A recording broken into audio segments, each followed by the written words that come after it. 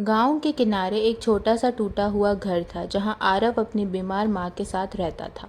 उसी गांव में रहती थी काव्या, जमींदार की बेटी, सुंदर, अमीर और बहुत घमंडी।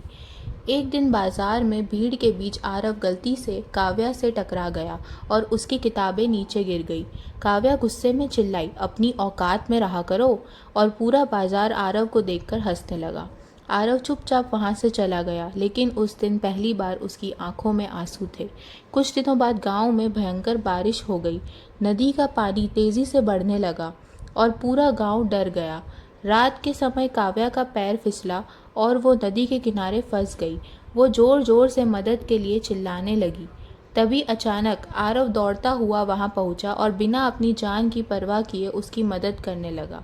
तेज बारिश के बीच आरव ने काव्या को सुरक्षित बाहर निकाला और पहली बार काव्या की आंखों में घमंड नहीं, डर और भरोसा था।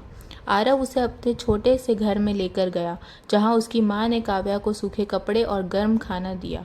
धीरे धीरे काव्या को एहसास होने लगा कि जिन लोगों को वो गरीब समझती थी, उनके दिल सबसे अमीर थे। लेकिन जब काव्या के पिता को यह सब पता चला तो वह गुस्से से आग बबूला हो गए।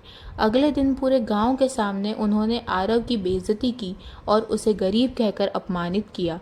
लेकिन तभी काव्या सबके सामने खड़ी हो गई और बोली, जिस इंसान को आप गरीब कह रहे हैं, उसी ने मेरी जान बचाई थी।